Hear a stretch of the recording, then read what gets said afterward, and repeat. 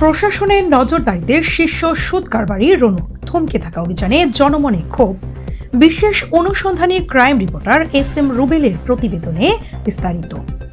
চাঁপাইনবাবগঞ্জ সদর উপজেলার বালিয়াডাঙ্গা ইউনিয়নে দীর্ঘদিন ধরে চড়া সুদের কারবার, চেক জালিয়াতি, ব্ল্যাকমেইল, মাদক সংশ্লিষ্টতা ও অনৈতিক কর্মকাণ্ডের অভিযোগে অভিযুক্ত মোস্তাফিজুদ্দৌলা রনুকে ঘিরে ব্যাপক চাঞ্চল্যের সৃষ্টি হয়েছে।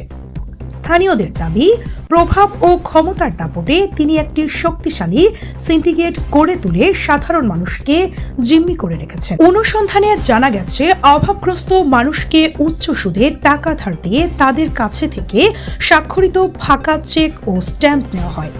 পরবর্তীতে সেই চেকে বড় অঙ্ক বসিয়ে মামলা ও প্রশাসনিক ভয় দেখিয়ে কয়েক গুণ অর্থ আদায়ের অভিযোগ উঠেছে।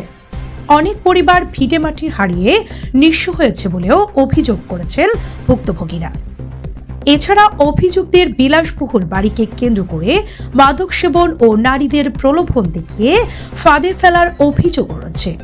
স্থানীয়দের ভাষ্য, বাড়িটি দীর্ঘদিন ধরে একটি সেফ হাউস হিসেবে ব্যবহৃত হচ্ছে। সেখানে বিভিন্ন অনৈতিক কর্মকাণ্ড পরিচালিত হয়। তবে এসব অভিযোগের বিষয়ে স্বাধীনভাবে যাচাই সম্ভব হয়নি। ভাটোপাড়া গ্রামের নাদিম নামের এক ব্যক্তি অভিযোগ করেন, তার হারিয়ে যাওয়া স্বাক্ষরিত চেক ব্যবহার করে ৩০ লক্ষ টাকা দাবি করা হয়েছে। এ ঘটনায় তিনি সদর মডেল থানায় সাধারণ ডায়েরি করেছেন। বর্তমানে তিনিও তার নিরাপত্তাহীনতায় ভুগছেন বলে জানিয়েছেন। অভিযোগ রয়েছে, অভিযুক্তের পক্ষে একটি প্রভাবশালী ক্যাডার বাহিনী মাঠ পর্যায়ে তৎপর থাকে। প্রতিবাদ করলে ভুক্তভোগীদের হুমকি ও হামলার মুখে পড়তে হয়। স্থানীয়দের একাংশের দাবি, অতীতের রাজনৈতিক প্রভাব খাটিয়ে দীর্ঘদিন ধরে তিনি আইনের আওতার বাইরে ছিলেন। অন্যদিকে অভিযুক্ত মোস্তাফিজুদ্দৌলা রনু তার বিরুদ্ধে আনা সব অভিযোগ অস্বীকার করেছে। কারণটা হলো যে আমাকে নাপাক অবস্থায় থাকতে হবে, নাহলে আমি একটা সদ্য মানুষ, আমি উলঙ্গ হই, একটা মুরব্বী টাইপের মানুষ উলঙ্গ হই। তিনি দাবি করেন, একটি কুচক্রী মহল তার সুনাম ক্ষুণ্ণ করতে অপপ্রচার চালাচ্ছে। সদর মডেল থানার অফিসার ইনচার্জ জানান, অভিযোগগুলো গুরুত্ব সহকারে তদন্ত করা হচ্ছে।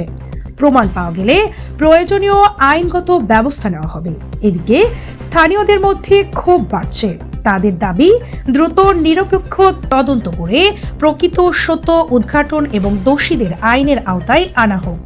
ভুক্তভোগীরা প্রশাসনের কার্যকর হস্তক্ষেপ ও নিরাপত্তা নিশ্চিত করার আহ্বান জানিয়েছেন।